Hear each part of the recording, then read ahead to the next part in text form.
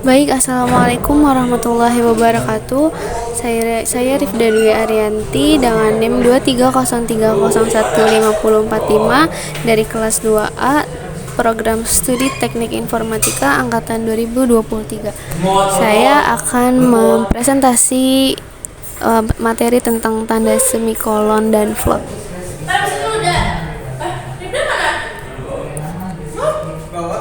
Pertama, tanda semikolon. Tanda semikolon atau titik dua adalah tanda baca yang memisahkan mayor elemen setiap kalimat.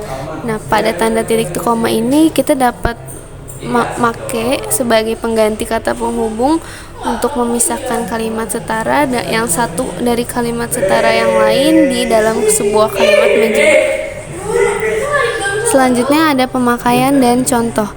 Pemakaiannya pengganti kata hubung pemisah antara bagian setara dalam kalimat majemuk. Contohnya, hari sudah malam, titik koma, anak-anak masih membaca buku. Pemakaian kedua pada akhir perincian yang berupa klausa. Contohnya, syarat penerimaan pegawai di lembaga ini adalah 1. Berkeluarga negaraan Indonesia, titik koma, 2. Berbadan sehat, titik koma, 3. Berijazah S1. Selanjutnya, pemakaian memisahkan bagian-bagian perincian dalam kalimat yang sudah menggunakan tanda koma. Contohnya, 4 bidang kementerian koordinasi pada kabinet kerja adalah politik, hukum, dan keamanan, perekonomian, dan sumber daya, titik koma, serta sumber daya manusia.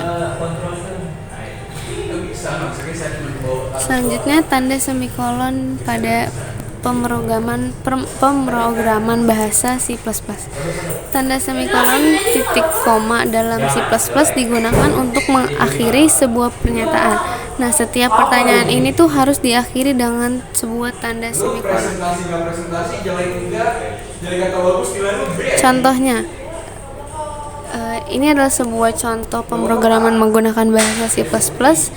Tentunya dimulai dengan include iStream menggunakan using namespace std, titik komanya dipakai. Selanjutnya kita masuk ke main programnya. Kita cout hello world. Setelah kita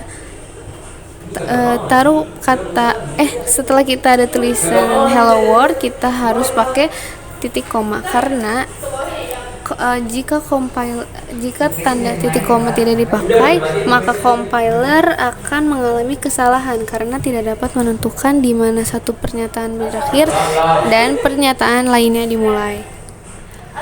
Selanjutnya kita masuk ke bagian materi kedua, yaitu float. Nah, float ini adalah salah satu tipe data yang bersifat menyatakan bilangan pecahan atau bilangan real atau bilangan yang mengandung angka di belakang koma maupun eksponensial. Nah, tipe data float ini dapat dinyatakan bilangan real dengan ketelitian relatif lebih rendah jika dibandingkan double. Contohnya, jika dibandingkan dengan double atau hingga 7 digit di belakang koma. Contohnya, data float adalah 3,14 dan sebagainya.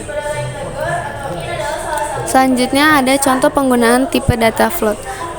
Yang pertama ada mendeklarasikan variabel float dan menginisialisasikan dengan nilai desimal dan menggunakan variabel float dalam operasi matematika dan fungsi.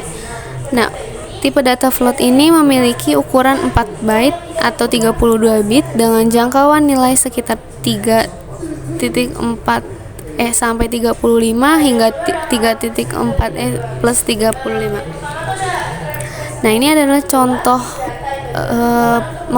cara penggunaan dari tipe data floatnya.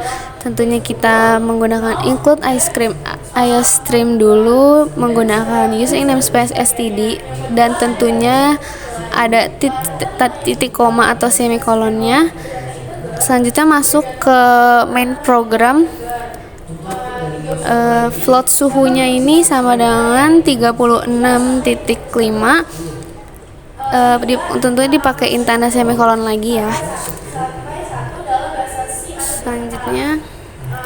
Selanjutnya kita sudah selesai pada materi semikolon dan materi vlog. Terima kasih. Wassalamualaikum warahmatullahi wabarakatuh.